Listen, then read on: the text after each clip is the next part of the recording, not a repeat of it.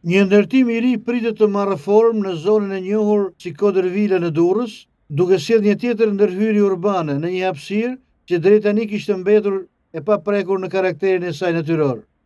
Në këtë zonë kodrinore pranë Kodërvilës së Zogut, e cila për vite me radhë ishte relativisht e paprekur nga ndërtimet intensive, pritet tashmë që të konstruktohet një kompleks rezidencial.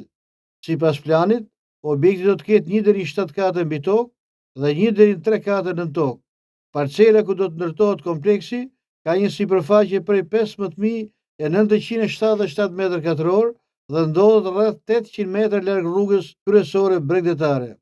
Leja e zhvillimit është miratuar në fund të janarit 2026 dhe është firmosur nga drejtoresha e Agjencisë së Zhvillimit të Territorit Adelaida Roka. Projekti parashikon ndërtimin në faqen e Kodrës, duke shfrytzuar pamjen e hapur drejt detit Adriatik.